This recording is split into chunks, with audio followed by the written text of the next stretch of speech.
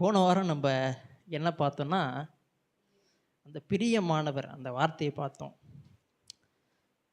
1லிருந்து 7 வசனத்தில் 6 வசனத்தில் எல்லா இடத்துலையும் என்ன பார்த்தீங்கன்னா, அவர் இயேசுவை மென்ஷன் பண்ணியிருக்கிறாரு. ஆனால் அந்த 5வது வசனத்தில் மட்டும் அவர் இயேசு மென்ஷன் பண்ணாமல் பிரியமானவருக்குள்ளே மென்ஷன் பண்ணியிருக்கிறார். பிரியமானவருக்குள் சொல்லியிருக்கிறார். அந்த பிரியமானவர் யாருன்னு பார்த்தோம் போன வாரம். அவர் யாருன்னா இயேசு தான் பிரியமானவர்.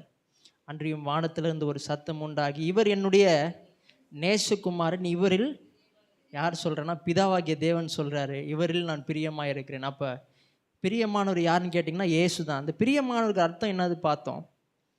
ஏதோ ஒரு சாதாரண ஒரு நேசிக்கிற ஒரு மகன் கிடையாது, நேசிக்கிற ஒரு பிள்ளை கிடையாது. இயேசு ஏதோ ஒரு 35 வருஷம், ஏதோ ஒரு 50 வருஷம் இயேசுவை நேசிக்கிற பிதா கிடையாது. நித்தியமாக இயேசுவை நேசிக்கிற ஒரு பிதா நம்மளுக்காக என்ன பண்ணுறாருன்னா அந்த பிரியமானவரை ஒப்பு கொடுக்குறார். ஏதோ நேசித்த ஒரு மகன் இல்லை, நித்தியமாக அவர் நேசிக்கிறார். நித்தியமாக நேசித்த ஒரு மகனை என்ன பண்ணுறாருன்னு நமக்காக ஒப்பு கொடுக்குறார். அதனால தான் இந்த இடத்துல பிரியமானவர், பிலவட் இங்கிலீஷ்லாம் வருது. அதுக்கப்புறம் இந்த பிரியமானவர் இந்த உலகத்துக்கு அனுப்புறது மூலயமா பிதாவுடைய அன்பு வெளிப்படுகுதுன்னு பார்த்தோம். எங்கே பார்த்தோன்னா யோவான் 1ஆம் அதிகாரம் 18வது வசனம் பார்த்தோம். அப்புறம் யோவான் 3ஆம் அதிகாரம் 16ஆம் வசனம் பார்த்தோம். தேவன் தம்முடைய ஒரே பேரான குமாரனை விசுவாசிக்கணும், அவன் கெட்டு போகாமல் நித்திய ஜீவனை அடையும்படிக்கு அவரை தந்தருளி இவ்வளவாய் உலகத்தில் பிதாவாகிய தேவன் குமாரனை அனுப்புறதன் மூலியமாகவே அவருடைய அன்பு வெளிப்படுது. அது மட்டும் பார்க்கல, பிதாவுடைய அன்பும் வெளிப்படுதுன்னு பார்த்தோம். குமாருடைய அன்பும் வெளிப்படுதுன்னு பார்த்தோம். குமாரன் என்ன பண்ணுறாருன்னா, நான் சொன்னேன் 3 பேரும் பேசிகிட்டு இருந்தாங்க, அதை நீங்கள் மறக்கவே கூடாது எப்பயுமே. அது மார்ட்டின் லாய்ட் ஜோன்ஸ் சொன்னது. 3 பேரும் பேசிகிட்டு இருந்தாங்க. அதில் பிதா சொல்கிறாரு, எனக்கு ஒரு நோக்கம் இருக்குது. ஜனங்களாம் பாவம் செஞ்சுட்டாங்க, அவங்க பாவத்திலேருந்து மன்னிக்கப்படணும்னா யாருன்னா ஒருத்தர் போய் சாகணும்.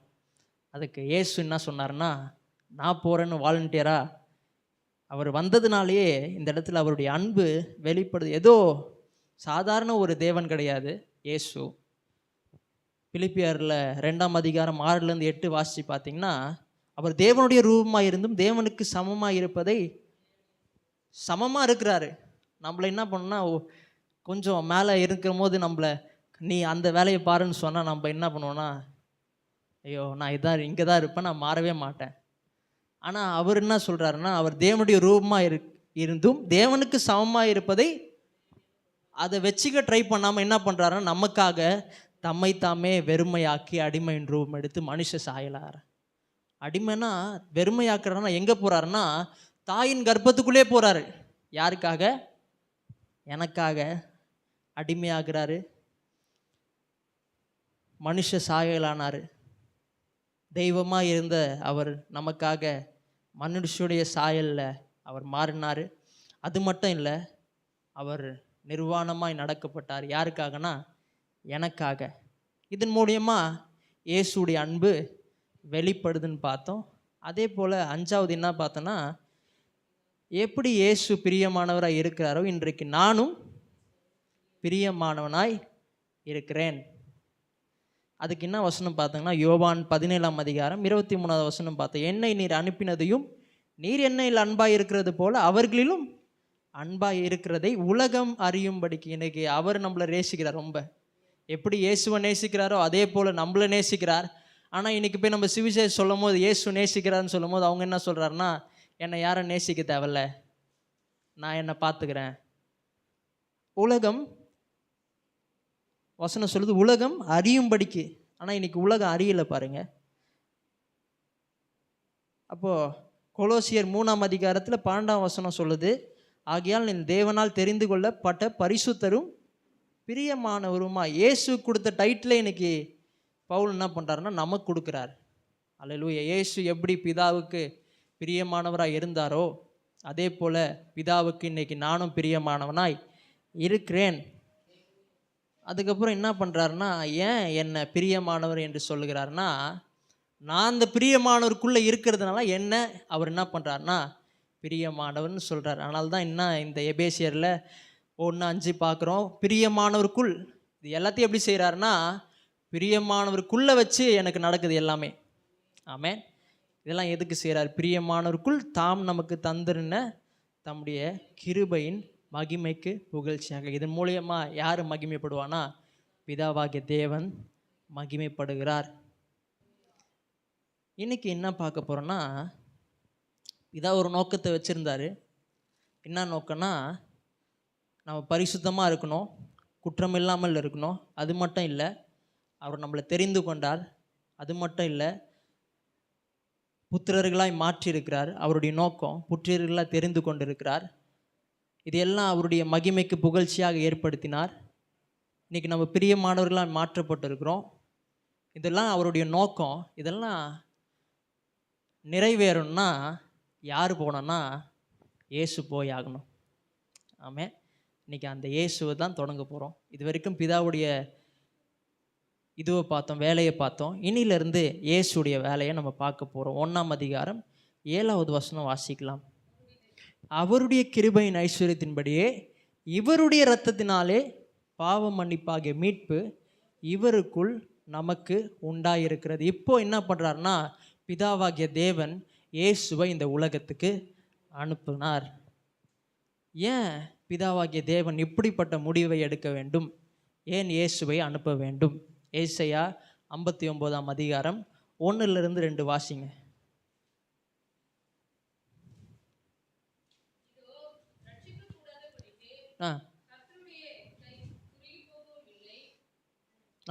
இதோ ரட்சிக்க கூடாதபடிக்கு கர்த்தருடைய கை, நம்மளை விடுதலையாக்க கூடாதபடிக்கு கர்த்தருடைய கரம் என்ன ஆகலன்னா குறுகி போகலை. கேட்கக்கூடாதபடிக்கு அவருடைய செவி மந்தமாகவும் இல்லை. உங்கள் அக்கிரமங்களோ உங்களுக்கும் உங்கள் தேவனுக்கும் நடுவாக பிரிவினை உண்டாக்குறது. உங்கள் பாவங்களோ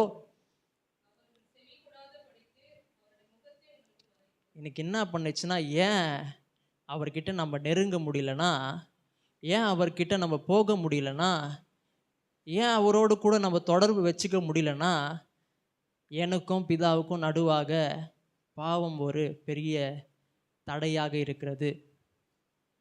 ஏன் இயேசுவை இந்த உலகத்துக்கு அனுப்ப வேண்டும் பிதா? ஏன் இந்த மாதிரி முடிவு எடுக்கிறாருன்னா, உங்களுக்கும் பிதாவுக்கும் நடுவாக ஒரு பிரச்சனை இருக்குது, பெரிய அப்ஸ்ட்ரக்கிள், ஒரு பெரிய தடை இருக்குது, ஒரு பெரிய மலை இருக்குது.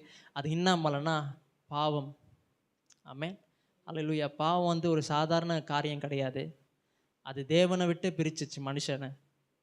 தேவனோடு ஒரு தொடர்பில் இருந்தான் ஆதாம் ஏவாள். தேவனோடு ஒரு தொடர்பில் இருந்தான், தேவனோடு கூட அவன் சஞ்சரித்து கொண்டிருந்தான். ஆனால் எப்போ பாவம் வந்ததோ அன்னைக்கு என்ன ஆயிடுச்சுன்னா, தேவனோடு இருந்த உறவு அவனுக்கு துண்டிக்கப்பட்டது. அவன் என்ன பண்ணுறான்னா, தேவனை பார்த்து அவன் போய் ஒளிந்து கொள்கிறான். ஆமென். இன்றைக்கி கூட நிறைய நேரத்தில் பாவம் செஞ்சவனே நம்ம போய் மறைஞ்சிக்கிறோம். எதனா செஞ்சு இன்றைக்கி என்ன பண்ணுறாங்கன்னா மூடி மறைக்கிறாங்க.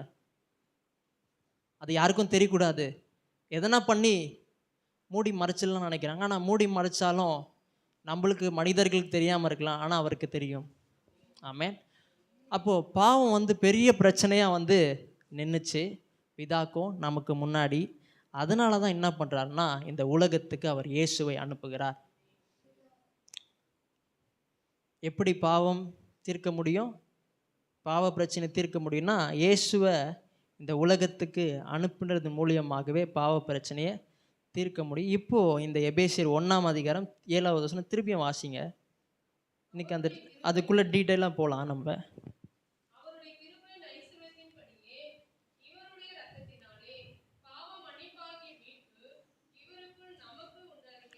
அவருடைய எல்லாரும் சேர்ந்து வாசிக்கலாம். அவருடைய கிருபையின் ஐஸ்வர்யத்தின்படியே இவருடைய இரத்தத்தினாலே பாவ மன்னிப்பாகிய மீட்பு இவருக்குள் நமக்கு உண்டாயிருக்கிறது. அவருடைய கிருபையின் ஐஸ்வர்யத்தின்படி, யாருடைய கிருபையின் ஐஸ்வர்யத்தின்படி? பிதாவுடைய கிருபையின் ஐஸ்வர்யத்தின்படியே இயேசுடைய இரத்தத்தினாலே பாவ மன்னிப்பாக மீட்பு இயேசுக்குள் நமக்கு உண்டாயிருக்கிறது. ஆமென். அல்லேலூயா. இன்னைக்கு இயேசுவின் மூலமாய் நாம் மீட்கப்பட்டிருக்கிறோம், நாம் தத்தெடுக்கப்பட்டிருக்கிறோம், நாம் பரிசுத்தமாக்கப்பட்டிருக்கிறோம், குற்றம் இல்லாமல் மாற்றப்பட்டிருக்கிறோம். ஏதோ நான் செஞ்சதுனால இல்லை, நான் ஏதோ நல்ல நீதி செய்கிறதுனால இல்லை. இயேசு செஞ்சதுனாலேயே நான் இதெல்லாம் மாற்றப்பட்டிருக்கிறேன், நான் நீதிமானா மாற்றப்பட்டிருக்கிறேன், நான் பரிசுத்தவானா மாற்றப்பட்டிருக்கிறேன். ஆமென்.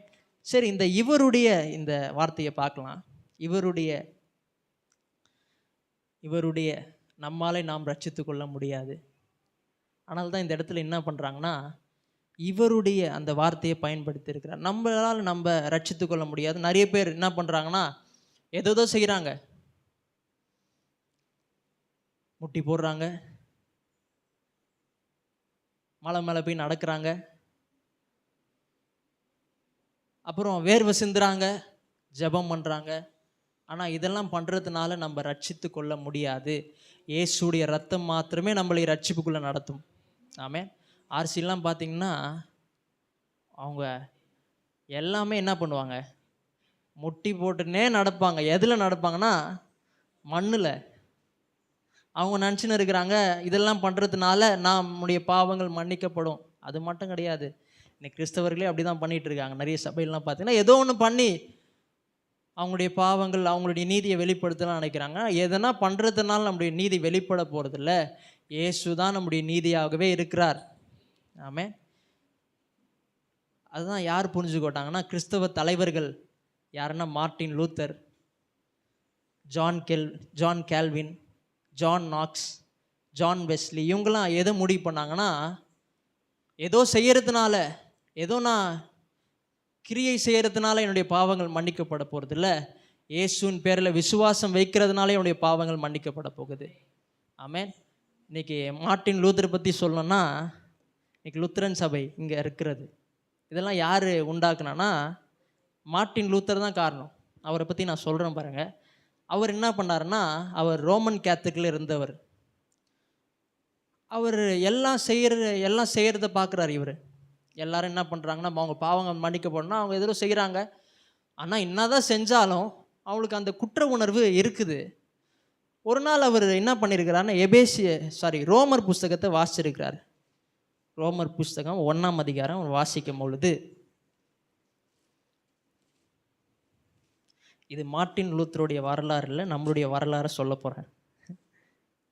ரோமர் புஸ்தகத்தில் 1ஆவது அதிகாரத்தில் அவர் வாசிச்சுட்டே வரும்பொழுது அந்த 17வது வசனம் என்ன ஆகிருக்குன்னா, அவருடைய உள்ளத்தில் ஏதோ ஒரு வேலை செஞ்சுருக்கு, ஏதோ ஒரு கிரியை செய்திருக்கு. ஆவியானவர் ஏதோ அவருக்குள்ளே ஏவி இருக்கிறார். அதை படிக்கும் பொழுதே, விசுவாசத்தினாலே நீதிமான் பிழைப்பான். அதை படிக்கும் பொழுது என்ன ஆயிருக்குன்னா, ஆவியானவர் ஏதோ அவருக்குள்ளே செயல்பட்டுருக்கிறார். அவர் என்ன நினச்சாருன்னா, ஏதோ கிரியை செய்கிறதுனால, நம்ம ஏதோ அழுகிறதுனால, ஏதோ கண்ணீர் வடிக்கிறதுனால, ஏதோ வேர்வை சிந்துறதுனால, ஏதோ நம்ம முட்டி போட்டு ஏதோ செய்கிறதுனால நம்ம பிழைக்க மாட்டோம், விசுவாசத்தினால தான் நம்ம பிழைப்போம். அந்த வார்த்தை அவருக்குள்ளே செயல்பட்ட உடனே, ஆதி திருச்சபை ரோமன் கேத்தலிக் மட்டும் தான் இருந்துச்சு. ஆனால் அதிலிருந்து அவர் என்ன பண்ணார்னா, வெளியே வந்து அவர் என்ன பண்ணார்னா, புரொட்டஸ்டன்ட் கிறிஸ்தவர்களை உண்டாக்குனார். இன்றைக்கி நம்ம யாருன்னா, பெந்தகோஸ்தே கிடையாது, புரொட்டஸ்டன்ட். இதை நீங்கள் ஞாபகம் வச்சுக்கணும், எழுதி வச்சுக்கோங்க. யாருன்னா கேட்டாங்கன்னா, நீங்கள் யாருன்னா புரொட்டஸ்டன்ட் கிறிஸ்டியன்ஸ். ஏன் அப்படி சொல்கிறேன்னா, ரோமன் கேத்தலிக் வந்து என்ன பண்ணுவாங்கன்னா, அவங்களுடைய கிரியை மேலே அவங்க விசுவாசம் இருக்கும். ஆனால் நம்மளுக்கு யார் மேலே விசுவாசம்னா, இயேசு செய்தது மேலே விசுவாசம். ஆமென். கிரியையினால் ரட்சிப்பு உண்டாகலை, விசுவாசத்தினால தான் ரட்சிப்பு உண்டாயிருக்கு. ரோமன் கேத்தலிக்கில் பார்த்தீங்கன்னா எல்லாமே என்ன பண்ணுவாங்கன்னா, அவங்களுக்கு கிரியை சார்ந்து இருப்பாங்க. எதனா ஒன்று செய்கிறது, எதனா ஒன்று மெழுகுவத்தி ஏற்றுறது, எதனா இவங்களை கேட்டு பாருங்க தெரியும். மொட்டெல்லாம் அடித்தா எதனா நடக்கும். நம்ம என்னன்னா புரொட்டஸ்டன்ட் கிறிஸ்தவர், அதுலேருந்து வந்தவங்க. நான் செய்கிறதுனால எதுவுமே நடக்க போகிறதில்ல, அவர் செஞ்சதுனால எல்லாம் நடக்குது. ஆமென்.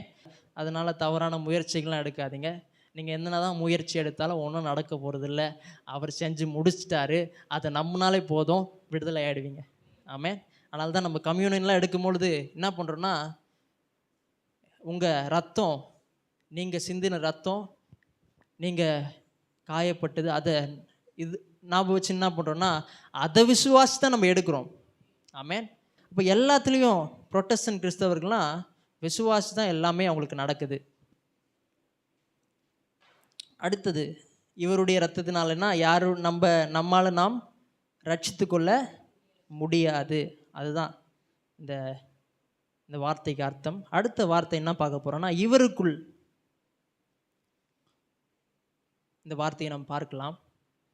நிறைய பேர் என்ன சொல்றாங்கன்னா, இயேசு வந்ததின் நோக்கம் அவர் மன்னிக்கிறவர்னு காட்டுறதுக்காக.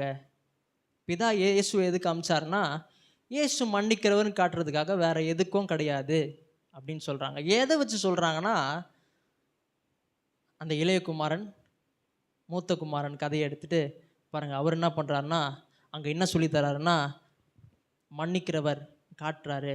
இளைய குமாரன் என்ன பண்றாருன்னா, தூரமா போயிடுறான். ஆனா திருப்பி வரும்போது என்ன பண்றாருன்னா, அவர் ஏற்றுக்கொள்ளார். அதை பார்த்தோன்னே அவருடைய செய்தி எல்லாமே மன்னிக்கிறேன், நீங்கள் மன்னிங்க மன்னிங்க. நிறைய இடத்துல நீங்கள் காஸ்பிள் படித்து பார்த்தீங்கன்னா, நிறைய இடத்துல என்ன பண்ணியிருப்பாருன்னா, மன்னிங்க, அவங்க செஞ்ச மன்னிங்க. ஏன்னா இயேசு வந்ததின் நோக்கம் என்னன்னா, அவர் மன்னிக்கிறவர்னு காட்டுறதுக்காக. அது மட்டும் சொல்லலை, கல்வாரிக்கு போனதே நோக்கம் என்னதுன்னா, அவர் மன்னிக்கிறவர்னு காட்டுறதுக்காக. கல்வாரியில் போய் என்ன பண்ணுறாரு, அங்கேயும் என்ன பண்ணுறாரு, இவர்களை இவரை அடிக்கிறாங்க, துன்பப்படுத்துறாங்க, இவரை காரி துப்புறாங்க. அவர் என்ன சொல்றாருன்னா, இவர்களை மன்னியும். பாருங்க, கல்வாரி என்பது தேவன் மன்னிக்கிறவன் காட்டுறதுக்காக அல்ல, நாம் கல்வாரியின் மூலமாக தான் மன்னிக்கப்பட முடியும். இதை எழுதி வச்சுக்கோங்க. கல்வாரி என்பது தேவன் மன்னிக்கிறவர்னு காட்டுறதுக்காக அல்ல, நாம் கல்வாரியின் மூலமாக தான் மன்னிக்கப்பட முடியும். இன்னைக்கு கல்வாரியின் மூலமாக தான் நாம் ஏற்றுக்கொள்ளப்பட்டிருக்கிறோம். இன்னைக்கு கல்வாரியின் மூலமாக தான் நம்ம ஒப்புரவாக்கப்பட்டிருக்கிறோம். நம்ம தூரமாக இருந்தோம், அவரை விட்டு தூரமாக போயிருந்தோம். ஆனால் கல்வாரி என்ன பண்ணுச்சுன்னா, தேவனோடு கிட்ட நம்மளை ஆக்கிடுச்சு. ஆமென். 2 கொரிந்தியர் 5:19 வாசிங்க.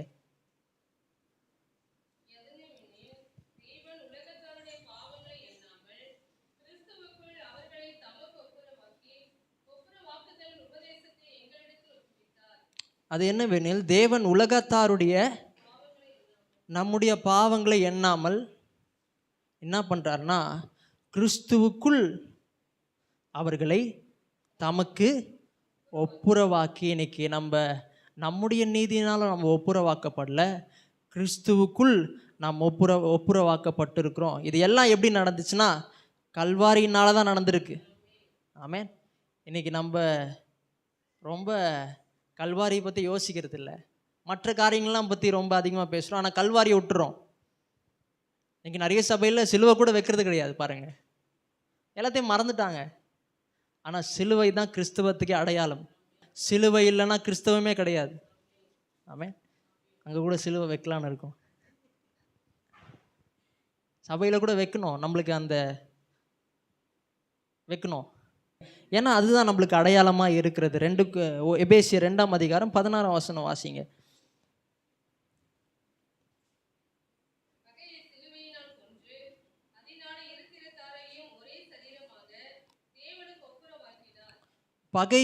பகையை சிலுவையிலே கொன்று அதனாலே தேவனுக்கு விரோதமாக இருந்தோம், இருத்திரத்தாராக இருந்தோம்.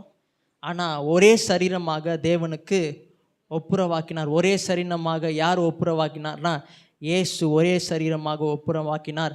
நம்முடைய பாவங்களை அவர் மேல் போட்டுக்கொண்டார், நம்முடைய அக்கிரமங்களை அவர் மேல் போட்டுக்கொண்டார், நமக்கு வேண்டிய தண்டனை அவர் மேல் போட்டுக்கொண்டார். அதனால் நாம் ஒப்புரவாக்கப்பட்டிருக்கிறோம். இன்னைக்கு நம்புறீங்களா? விசுவாசிக்கிறீங்களா? இன்னைக்கு நீங்கள் மன்னிக்கப்பட்டிருக்கீங்க, விசுவாசிக்கிறீங்களா?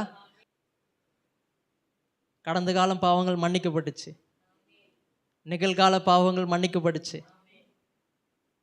இனி செய்ய போகிற பாவங்களும் மன்னிக்கப்பட்டிருக்கிறது. செய்வீங்களா? பாவம் செய்வீங்க.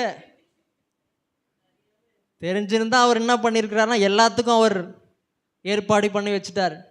நிறைய பேர் என்னன்னா, பாவம் செய்ய மாட்டான், அவங்க சொல்கிறவங்க தான் என்ன பண்ணுவாங்கன்னா, அடுத்ததே அவங்க பாவம் செய்வாங்க. அதாங்க உண்மை. திமிரா இருக்க அவருடைய கிருபையை சார்ந்து கொள்கிறேன். ஆமென். பாவம் செஞ்சாலும் அவர் மன்னிக்கிறவராக இருக்கிறார். ஆமென். விழுந்து போகிற ஆள் தான் நம்ம மனுஷர்கள் தான். இந்த உலகம் அப்படிப்பட்ட உலகம்தான். எப்படின்னா பாவத்தில் தள்ளி விட்டுருவான். ஆனால் நம்பணும், நான் பாவம் செஞ்சாலும் அவர் மன்னிக்கிறவர் இருக்கிறார், அதனால நான் தைரியமாக இருப்பேன். ஆமென். அதனாலே நீங்கள் பாவம் செய்ய மாட்டீங்க, பாவத்தை கண்டா கொஞ்சம் விலகி வருவீங்க. ஆமென். நான் சொல்கிறதுனால நீங்கள் பாவம் செய்வீங்களா? செய்ய மாட்டீங்க. அதை பார்த்தாலே யோசிப்பீங்க, ஏன் இதெல்லாம் அவர் செஞ்சுருக்கிறாரு, நான் ஏன் இந்த மாதிரி காரியத்தில் ஈடுபடணும்னு நினச்சிட்டு வெளியே வந்துடுவீங்க. அப்போ கிறிஸ்துவுக்குள்ளே தான் எல்லாம் நடந்திருக்கு. 1 கொரிந்தியர் 1:30 வாசிங்க.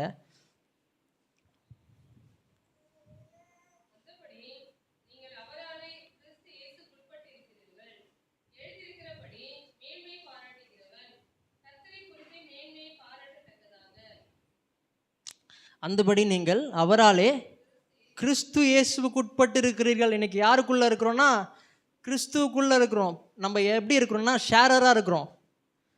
எப்படி ஷேரர்னா, அவருடைய மரணத்தில் நம்மளும் பங்கு வகித்தோம், அவருடைய அடக்கம் பண்ணப்பட்டதுலேயும் நம்ம பங்கு வகித்தோம், அவருடைய உயிர்த்ததுலேயும் நம்ம பங்கு வகித்தோம். நம்ம ஷேரராக இருந்தோம், பங்காளியாக இருந்தோம். அவருடைய உயிர்த்தெழுதல் நம்ம பங்கு வகித்தோம், அவருடைய பரமேறுதலையும் நம்ம பங்கு வகித்தோம். இன்றைக்கி அவரோடு கூட நம்ம உன்னதங்களை உட்காந்துருக்குறோம். கொஞ்ச நாள் இங்கே இருக்க போகிறோம், அப்புறம் அங்கேயே போயிட போகிறோம். நித்தியமாக அவரோடு கூட இருக்க போகிறோம். அங்கே எதுவும் இருக்காது, பிரச்சனையாக இருக்காது, ஜாலியாக இருப்போம். அதான் பாடுறாங்க, கண்ணீர் இல்லை, கவலை இல்லை, பசி இல்லை, அங்கே துக்கம் இல்லை, எல்லாம் சந்தோஷம், எல்லாம் ஜாலியாக இருக்க போகிறோம். ஆமென், ஹல்லேலூயா. ஆனால் இந்த ஜாலி இன்றைக்கே அனுபவிக்கலாம். இன்றைக்கே இயேசுவோடு நீங்கள் கூட இருந்தீங்கன்னா நீங்கள் அந்த ஜாலியை அனுபவிக்கலாம். அதனால தான் சொல்கிறாரு, கிறிஸ்துவுக்குள் சந்தோஷமாக இரு. அப்போ கிறிஸ்துவுக்குள்ளே இருந்தால் நம்மளுக்கு சந்தோஷமாக இருக்க நம்மளால் முடியும். சரி, அப்போ எல்லாமே இவருக்குள்ளே தான் நடந்திருக்கிறது. அப்போ கல்வாரி பிதா மன்னிக்கிறவர்னு காட்டுறதுக்காக அல்ல, கல்வாரியின் மூலமாக தான் நாம் மன்னிக்கப்பட முடியும். அதுக்கப்புறம் 3வது வார்த்தை இவருடைய பார்த்துட்டோம், இவருக்குள்ளே பார்த்துட்டோம். 3வது வார்த்தை இந்த இடத்துல மீட்பு, அந்த வார்த்தையை நம்ம பார்க்கலாம். இந்த மீட்பு ரொம்ப ரொம்ப முக்கியமான வார்த்தை. பழைய ஏற்பாட்டிலும் சரி, புதிய ஏற்பாட்டிலும் சரி, இந்த மீட்பு ரொம்ப ரொம்ப முக்கியமான வார்த்தை. ரட்சிக்கப்படணும்னா ஏதோ ஒன்று செய்யணும். யாருன்னா ஒருத்தர், இப்போ நீங்கள் ஏதோ ஒரு நகையை அடகு வச்சிட்டிங்க, உங்களுக்கு யாரோ ஒருத்தர் என்ன பண்ணுறாங்கன்னா அதை மீட்டு கொடுக்குறாங்க. அந்த மீட்டு கொடுக்கறதுனால அவங்க எதுவும் செய்யலையா, அவங்க எதுவும் கஷ்டப்படலையா?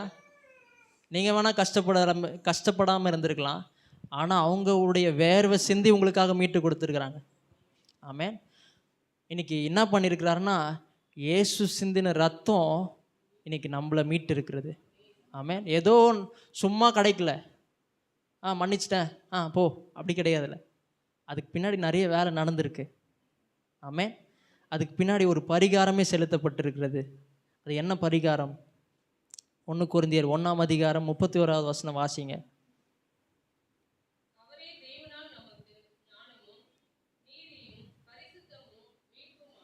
அவரே தேவனால் நமக்கு ஞானமும் நீதியும் பரிசுத்தமும் மீட்புமானார். இன்னைக்கு அவர் தான் நம்முடைய மீட்புமா இருக்கிறார். யார் அவரே? அவர் இயேசு. இயேசு இன்னைக்கு பரிகாரமாய் நம்மளுக்காக கொடுக்கப்பட்டிருக்கிறார். என்னுடைய சப்ஸ்டிடியூட்டாக என்ன ஆயிட்டார்னா, இயேசு போய் மரித்தார். நான் மறிக்க வேண்டிய இடத்துல, நான் சாக வேண்டிய இடத்துல இயேசு போய் மரிச்சிட்டார். இந்த கேம் விளையாடும் போது என்ன பண்ணுவாங்கன்னா, சப்ஸ்டிடியூட்னு அமுச்சு விடுவாங்க.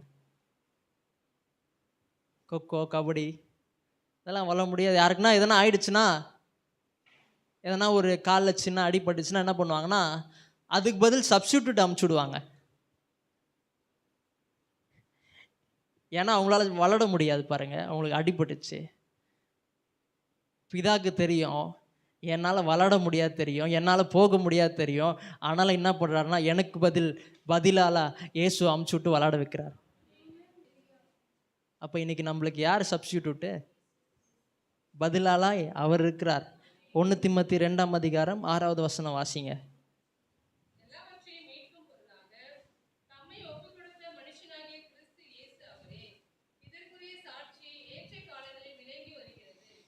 எல்லாரையும் மீட்கும் பொருளாகனா ஒரு ரேன்சம் ப்ரைஸு, ஒரு விலையை என்ன பண்ணுறாருன்னா இயேசுவை ஏற்படுத்துகிறார். மீட்கும் பொருளாக, ஒரு பொருளாகவே என்ன பண்ணுறாருன்னா நமக்காக இயேசுவை கொடுக்கிறார். இயேசுவை கொடுக்கிறதுனால இன்னைக்கு நான் மீட்கப்பட்டிருக்கிறேன். ஆமென்.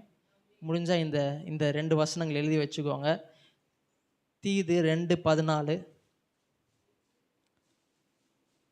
இல்லை அந்த மீட்பின் வார்த்தையை அதில் பயன்படுத்தியிருப்பாங்க. வேணால் வீட்டில் போய் வாசிங்க. வாசிக்கலாம் எனக்கு தெரியாது. தீது 2:14, 1 பேதுரு 1:18-19.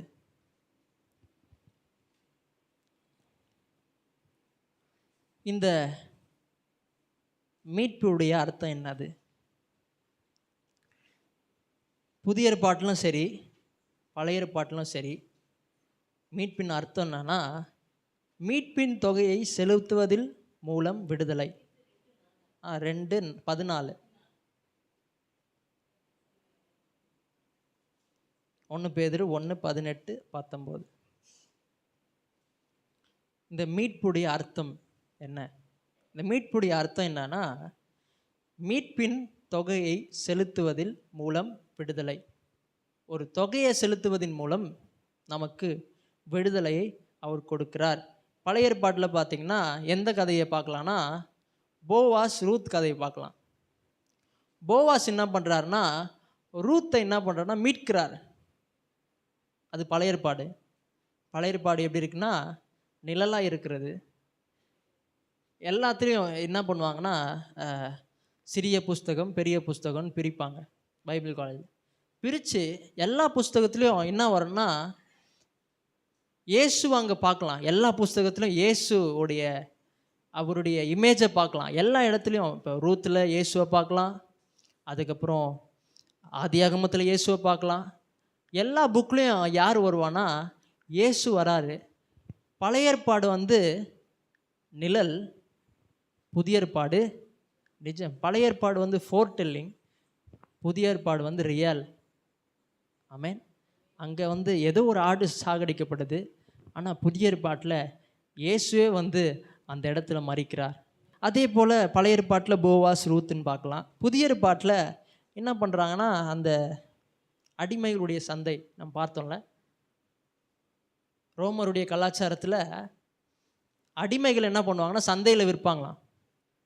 சந்தையில் விற்கும் பொழுது ஒருத்தர் என்ன பண்ணுவார்னா அடிமையை காசு கொடுத்து வாங்குவார். அந்த வார்த்தையை தான் என்ன பண்ணியிருக்கிறாருன்னா பவுல் இந்த இடத்துல மீட்புன்னு பயன்படுத்தி இருக்கிறார். இப்போ மீட்கிறதுனா என்னன்னா ஏதோ ஒரு விலையை கொடுத்து அவங்கள விடுதலை ஆக்குறது. இன்றைக்கி என்ன பண்ணியிருக்கிறாருன்னா இயேசு ஒரு விலையை கொடுத்து என்னை மீட்டு இருக்கிறார். விலைனா ஏதோ சாதாரணமான விலை கிடையாதுங்க. அவருடைய ரத்தம் சிந்தப்பட்டு என்னை மீட்டு இருக்கிறார். அதே அடிமையுடைய சந்தையில், அடிமையில் விற்ற சந்தையில் ஒருத்தர் சொல்கிறார், அதே அடிமை விற்ற சந்தையில் யார் வந்தார்னா இயேசு வந்தார். இயேசு என்னை பார்த்து அவருடைய விலையை செலுத்தி என்னை மீட்டார். விலையை செலுத்துதுன்னா ஏதோ காசு கிடையாது, அவருடைய சொந்த ரத்தத்தையே கொடுத்து என்னை மீட்டார். ஆமென். அல்லேலூயா. நம்ம நித்தியமாக நரகத்தில் இருக்க வேண்டிய ஆள் சொல்லப்போனால். ஆனால் இன்னைக்கு இயேசுவின் மூலியமாக நாம் மீட்கப்பட்டிருக்கிறோம். மீட்கப்பட்டு பரலோகத்தின் குடிமகன்லாம் மாற்றப்பட்டிருக்கிறோம். ஆமென். இன்னைக்கு கண்ணு மூணா நம்ம இருந்திருக்கு. நான் செத்தா பரலோகத்துக்கு தான் போவேன். ஆமென். நான் சொல்கிறேன், நீங்கள் செத்தா பரலோகம் போவீங்க. அதுதான் இன்னைக்கு கிறிஸ்தவருடைய மேன்மையே. ஆமென். ஹல்லேலூயா. சரி, நான் என்னையே அவர் மீட்கணும்? ஏன் அவர் என்னை மீட்டார்? நம்ம எதனால் அவர் மீட்டாருன்னா நம்ம எல்லாருமே பாவத்திற்கு அடிமைகளாய் இருக்கிறோம். அடிமைகளாக இருக்கும் பொழுது என்னெல்லாம் நடக்குது, என்னெல்லாம் நம்ம எப்படிலாம் இருந்திருப்போம், அதை எங்கே காட்டுதுன்னா ரோமர் புஸ்தகத்தில் 3ஆம் அதிகாரம் 10-19 வரைக்கும் வாசிக்கலாம். அடிமைகளாக இருந்தால் நம்ம எப்படிலாம் இருந்திருப்போம் இன்னைக்கு.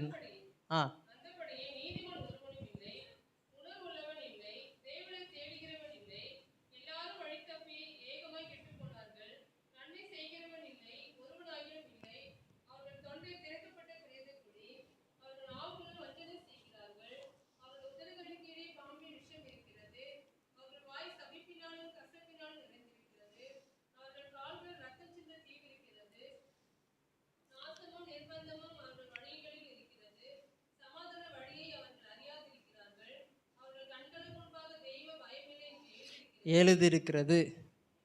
இன்னைக்கு எல்லாருமே எதனால நம்மளை மீட்டாருன்னா, எல்லாருமே பாவத்துக்கு அடிமைகளாக இருந்தோம். அந்தபடியே நீதிமான் ஒருவனாகிலும் இல்லை. எல்லாருமே பாவம் செய்து தேவ மகிமை அற்றவர்கள் ஆயிட்டோம்.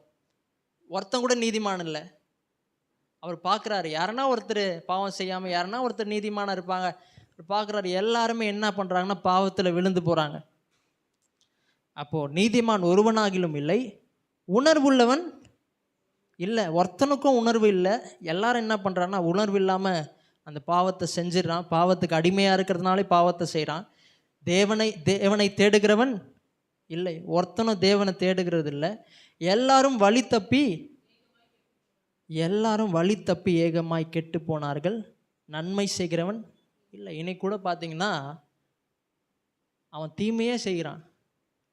வெளியெல்லாம் போய் பார்த்தீங்கன்னா நீங்கள் வேலைக்கு போகும்போது என்ன பண்ணுறாங்கன்னா உங்களுக்கு விரோதமாக என்ன பண்ணுறாங்க, தீமை செய்கிறாங்க. ஏன்னா அவங்க இந்த பாவத்துக்கு அடிமையாக இருக்கிறாங்க, பாவத்துக்கு அடிமைகளாக இருக்கிறாங்க. ஆனால் அவங்களால நன்மை செய்ய முடியல. ஒருவனாகிலும் இல்லை. அவர்கள் தொண்டை திறக்கப்பட்ட பிரேதக்குழி. என்ன சொல்கிறாருன்னா, தொண்டை வாய் எப்படி இருக்குன்னா திறக்கப்பட்ட பிரேதக்குழியாக இருக்குது. பிரேதக்குழி எப்படி இருக்கும்னா திறந்து பார்த்தீங்கன்னா நாத்தடிக்கும். இப்போ நம்ம எப்படி இருந்தோம்னா, நம்முடைய வாய் எப்படி இருந்துச்சுன்னா திறக்கப்பட்ட பிரேத குழி போல் இருந்துச்சு. என்ன வார்த்தை பேசினாலும் அசிங்கமான வார்த்தை. அதுதான் அடிமைகளாக இருந்திருந்தோன்னா இன்றைக்கி நம்ம நிறைய பேர் பார்க்குறோம் இந்த உலகத்தில். அவங்கள பாவத்துக்கு அடிமையாக இருக்கிறாங்க. அவங்க வாயை திறந்தாலே ஒரே நாற்றம் அடிக்கிறது. அதான் சொல்கிறாரு, அவர்கள் வாய் தொண்டை திறக்கப்பட்ட பிரேத குழி, தவங்கள் நாவுகளால் வஞ்சனை. எப்படின்னா கவர் பண்ணி எதனா ஒன்று அவங்க நம்மக்கிட்ட இருந்து இன்றைக்கி கடையெல்லாம் போய் பார்த்தீங்கன்னா என்ன பண்ணுறாங்கன்னா எதனா ஒன்று சொல்லி அவங்க நம்மள்கிட்ட வித்துடுறாங்க. ஏன் அப்படி செய்கிறாங்கன்னா எல்லாரும் பாவத்துக்கு அடிமையாக இருக்கிறாங்க. எதனா செஞ்சு அவனை ஏமாத்தினோம், எதனா வஞ்சனை பண்ணி. பிசாசு என்ன பண்ணான், ஃபஸ்ட்டு என்ன பண்ணான்னா இதை சாப்பிட்டா நீ நல்லா இருப்ப. வஞ்சனை, பொய் சொல்கிறது. இன்றைக்கி பாவத்துக்கு அடிமைகளாக இருந்தோன்னா இந்த மாதிரி காரியங்கள் நம்ம செஞ்சுருக்கிறோம். ரட்சிக்கப்படுறதுக்கு முன்னாடி நம்ம இதெல்லாம் செஞ்சுருக்கிறோம். தங்கள் நாவுகளால் வஞ்சனை செய்கிறாள். அவருடைய உதடின்களின் கீழே பாம்பின் விஷம் இருக்கிறது. அதெல்லாம் சொல்லுவாங்க விஷம். ஏன்னா அவன் பாவத்துக்கு அடிமையாக இருக்கிறான். பாவத்தில் இருக்கிறதுனாலே எதனா ஒன்று துரோகம் பண்ணிடுறான். நம்ம நினைக்கிறோம் நம்மள மாதிரி அவன் இருப்பானா, எதனா நம்மளுக்கு விரோதமாக செஞ்சுட்டு போயிடுறான். ஏன்னா அவருடைய உதடின் கீழ் பாம்பின் விஷம் இருக்கிறது. அவருடைய வாய் சபிப்பினாலும் கசப்பினாலும் நிறைந்திருக்கு. எப்போ பார்த்தாலும் சபிச்சுட்டு, எப்போ பார்த்தாலும் நம்மளை பார்த்தாலே கசப்பு. ஏன்னா நம்ம ஈஸியாக எடுத்துடணும். ஏன்னா அவன் அடிமையாக இருக்கிறான். பிசாசுக்கு அடிமையாக இருக்கிறதுனால அவன் இதுதான் அவனால் செய்ய முடியும். அடுத்தது பாருங்க, அவர்கள் கால்கள் அத்தம் சிந்துவதற்கு யாருன்னா என்ன பண்ணோம், கொலை பண்ணோம்.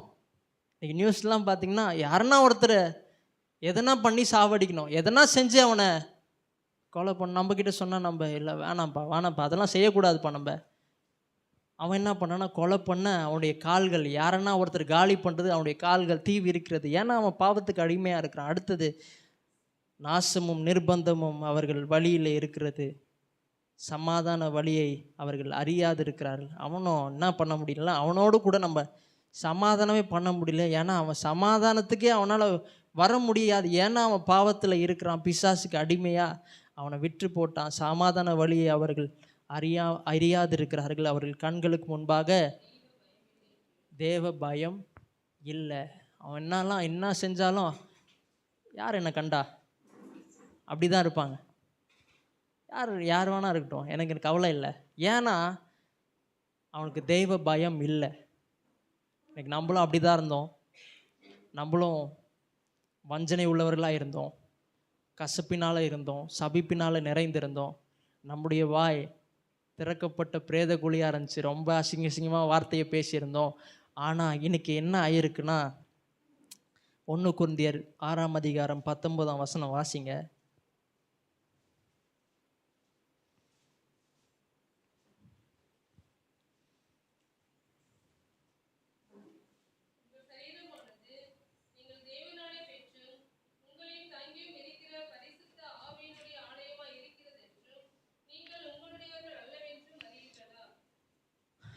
உங்கள் சரீரமானது நீங்கள் தேவனாலே பெற்றும் உங்களில் தங்கியும் இருக்கிற பரிசுத்தாவியானுடைய ஆலயமாக இருக்கிறது என்று நீங்கள் உங்களுடையவர்கள் என்ற அல்லவென்று அறியீர்களா? நானும் இப்படி தான் இருந்தேன். அடிமையுடைய சந்தையில் விற்கப்பட்டேன். நானும் அடிமையாக இருந்தேன். என்னுடைய வாயும் இப்படி தான் இருந்துச்சு. நானும் கசப்பினால் இருந்தேன். ஆனால் என்ன பண்ணார்னா, இயேசு அந்த அடிமையுடைய சந்தையில் வந்து என்னை வாங்கிட்டாரு. இன்னைக்கு நான் பிசாசுக்கு ஒரு நாள் அடிமையாக இருந்தேன், இன்னைக்கு இயேசுக்கு அடிமையாக இருக்கிறேன். ஆமென். இன்னைக்கு நம்ம சொன்னால் கூட என்ன சொல்கிறோம்? எப்பா கொலை பண்ணலாம்பா அப்படி சொன்னால் கூட அதெல்லாம் வேணாம்ப்பா, தப்புப்பா. ஏன்னா நம்ம இயேசு வாங்கிட்டார். அல்லேலூயா.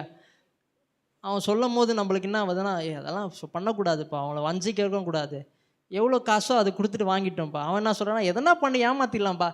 இல்லை, ஏன்னா நம்மளை இயேசு வாங்கியிருக்கிறாரு. இன்றைக்கி அவனுக்கு அடிமையாக இருந்தோம், இன்றைக்கி இயேசுக்கு அடிமையாக இருக்கிறோம். ஆமென். இயேசு நம்மளை வாங்கி இருக்கிறார். ஆமென். அல்லேலூயா. எதனால் நம்மளை மீட்கணும்னா, நம்ம பாவத்துக்கு அடிமையாக இருந்தோம். அதனால தான் நம்மளை என்ன பண்ணார்னா, பாவத்திலிருந்து அடிமையாக இருந்த நம்மளை மீட்டு இன்றைக்கி அவருடையவர்களாய் மாற்றி விட்டார். ஆமென். இன்றைக்கி அவர்களுடையவர். நம்ம எல்லாருமே யார்? நம்முடைய சரீரம் யாருக்கு சொந்தம்? இயேசுக்கு சொந்தம். ஏன்னா அவர் பர்ச்சேஸ் பண்ணியிருக்கிறார். பர்ச்சேஸ் பண்ணி வாங்கிட்டார். என்ன பர்ச்சேஸ் பண்ணாலும் காசு கிடையாது, ரத்தம் கொடுத்து வாங்கியிருக்கிறார். அதனால் அவர் சொல்கிறது தான் கேட்டாகணும். சரி, அடுத்தது நம்ம என்ன பார்க்க போகிறோம்? மீட்பு பார்த்தாச்சு. அடுத்தது இந்த ரத்தத்தினாலே அந்த வார்த்தையை பார்க்கலாம். ஏன் அவர் இங்கே மரணம் என்கிற வார்த்தையை பயன்படுத்தாமல் ரத்தம் என்கிற வார்த்தையை பயன்படுத்தியிருக்கிறார்? மரணமும் ஒன்று தான், ரத்தமும் ஒன்று தான்ல. ஏன் மரணத்தை சொல்லாமல் ரத்தம்னு சொல்லியிருக்கிறாருன்னா, ஏன்னா பழைய ஏற்பாட்டை புரிஞ்சாதான் நம்மளுக்கு இது புரியும், இந்த சப்ஜெக்ட். பழைய ஏற்பாட்டுக்கு எல்லாமே, பழைய ஏற்பாட்டில் எல்லாமே பாவத்துக்கு விளையாக என்ன சிந்தப்பட்டதுன்னா ரத்தம் சிந்தப்பட்டது. மனுஷன் பாவம் செஞ்சாலே என்ன பண்ணுறான்னா, ஒவ்வொரு வருஷமும் என்ன பண்ணுறான்னா ரத்தம் சிந்தப்படுது. எந்த ரத்தம் சிந்தப்படுதுன்னா, ஆட்டுடைய ரத்தம், மாட்டுடைய ரத்தம், இதெல்லாம் என்ன ஆகுதுன்னா சிந்தப்படுது. எங்கே சிந்தப்படுதுன்னா, மகாபரிசுத்த ஸ்தலத்தில் அந்த கிருபாசன தண்டையில் சிந்தப்படுது. பழைய ஏற்பாட்டு வந்து நிழல், புதிய ஏற்பாட்டு வந்து நிஜம். பழைய ஏற்பாட்டில் வந்து ஆட்டுடைய ரத்தம் சிந்தப்பட்டது, மாட்டுடைய ரத்தம் சிந்தப்பட்டது, வெள்ளாட்டுக்கடா ரத்தம் சிந்தப்பட்டது. ஆனால் புதிய ஏற்பாட்டில் இயேசுடைய ரத்தம் சிந்தப்பட்டிருக்கிறது. ஆனால் தான் இந்த இடத்துல என்ன பண்ணுறாருன்னா, மரணத்தை சொல்லாமல் ரத்தம் அந்த வார்த்தையை பயன்படுத்துகிறார். எல்லா இடத்துலையும் பார்த்தீங்கன்னா, புதிய ஏற்பாட்டில் எந்த இடத்துல பார்த்தீங்கன்னா அந்த மரணத்தை அவ்வளோ ஃபோக்கஸ் பண்ண மாட்டாங்க, ரத்தத்தை தான் ஃபோக்கஸ் பண்ணிக்கிறாங்க. ரோமர் 3ஆம் அதிகாரம் 26வது வசனம் வாசிங்க.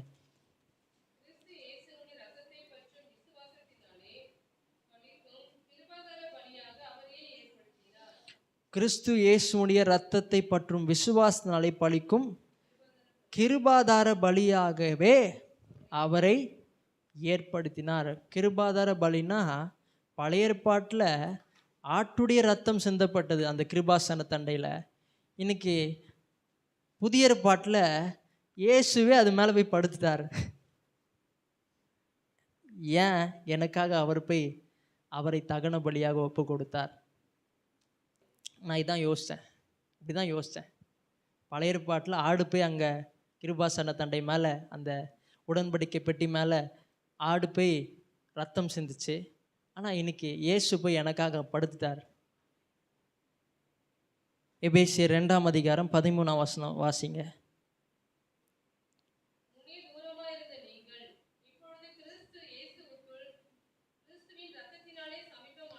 முன்னே தூரமாக இருந்த நீங்கள் இப்பொழுது கிறிஸ்து இயேசுவுக்குள் கிறிஸ்துவின் இரத்தத்தினாலே சமீபமானீர்கள். பாருங்கள், முன்னே தூரமாக இருந்தோம். ஆனால் இந்த வார்த்தை பட், இப்பொழுது, அந்த பட்டு வார்த்தையை முன்னாடி கூட சொல்லியிருக்கேன்னு நினைக்கிறேன். அந்த பட்டு ரொம்ப முக்கியம். தூரமாக தான் இருந்தோம், ஆனால் இப்போது தூரமாக இருக்கும்போது என்ன ஆச்சுன்னா, அவருக்கும் எனக்கும் நடுவில் எப்படி இருந்துச்சுன்னா, பாவம் ஒரு பெரிய பிரச்சனையாக இருந்துச்சு, பெரிய ஆப்ஸ்டக்கலாக இருந்துச்சு, பெரிய மலையாக இருந்துச்சு. ஆனால் தூரமாக இருந்தோம். ஆனால் பட் கிறிஸ்து இயேசுவுக்குள் கிறிஸ்துவின் இரத்தத்தினாலே எனக்கு அவருடைய காது கேட்கக்கூடாதபடி மந்தமாக இல்லை, எது சொன்னாலும் அவர் கேட்குறாரு. ஆமென். என்ன சொன்னாலும் கேட்குறாரு. நான் இது ஒன்று ஆசைப்பட்டு அவர் செய்கிறாரு. ஏன்னா கிறிஸ்துவுடைய ரத்தம் நம்மளை சமீபமாக்கிட்டு. ஆமென். அதனால் விசுவாசத்தோடு என்ன பண்ணணும்னா எது வேணாலும் கேட்கலாம். அவர் செய்ய போதுமானவராக இருக்கிறார். நான் இதெல்லாம் படிக்கும் பொழுது என் விசுவாசம் இன்னும் ஏறுது, அதிகமாகுது. அவர் மேலே, அவர் பெரியவர், அவர் என் கூட இருக்கிறார். நான் எது கேட்டாலும் அவர் செய்வார், நான் எது ஆசைப்பட்டாலும் அவர் நிறைவேற்றுவார். ஏன்னா முன்னாடி தூரமாக இருந்த, ஆனால் இயேசுடைய ரத்தம் என்னை சமீபமாக்கிட்டு. அல்லேலூயா. அடுத்தது எபிரேயர் 9:12 வாசிங்க.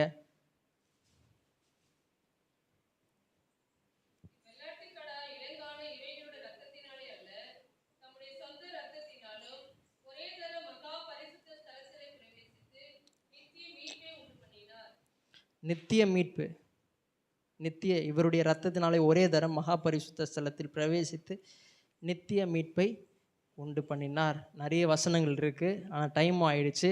எபிரேயர் 9:22 வாசிங்க.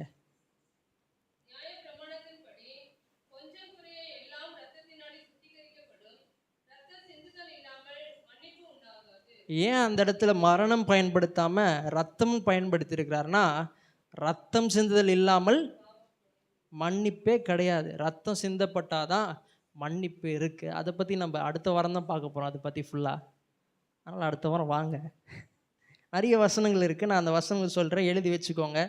1 பேதுரு 1:19 எல்லா இடத்துலையும் ரத்தத்துக்கு பெரிய ஒரு இம்பார்ட்டன்ஸ் கொடுத்துருக்குறாங்க புதிய ஏற்பாட்டில். 1 பேதுரு 1:19, 1 யோவான் 1:7, வெளிப்படுத்தல விசேஷம் 1:6, மத்தேயு 5:17-18. இதெல்லாம் என்ன பண்ணுறீங்கன்னா வீட்டில் போயிட்டு பொறுமையாக எடுத்து வாசிங்க. ஒரே ஒரு வசனம், கடைசி ஒரு வசனம் வாசித்து முடிச்சிடலாம். யோவான் 1:29 வாசிங்க. 29.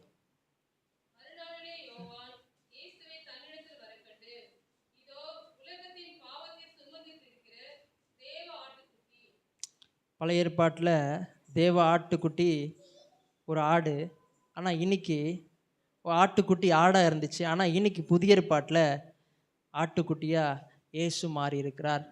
ஆமென். அல்லேலூயா. இதை மட்டும் எழுதி வச்சுக்கோ, நம்ம எழுந்துன்னு இருக்கலாம்.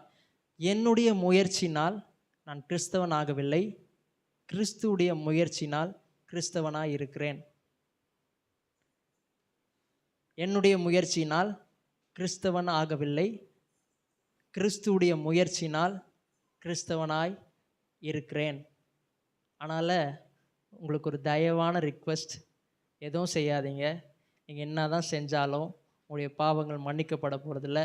கிறிஸ்து முயற்சி செஞ்சு விட்டார், நீங்கள் முயற்சி செய்யாதீர்கள். ஒன்றே ஒன்று பண்ணுங்கள், விசுவாசிங்க. விசுவாசினால் நீதிமான் பிழைப்பான். எல்லாரும் எழுந்துட்டு இருக்கலாம்.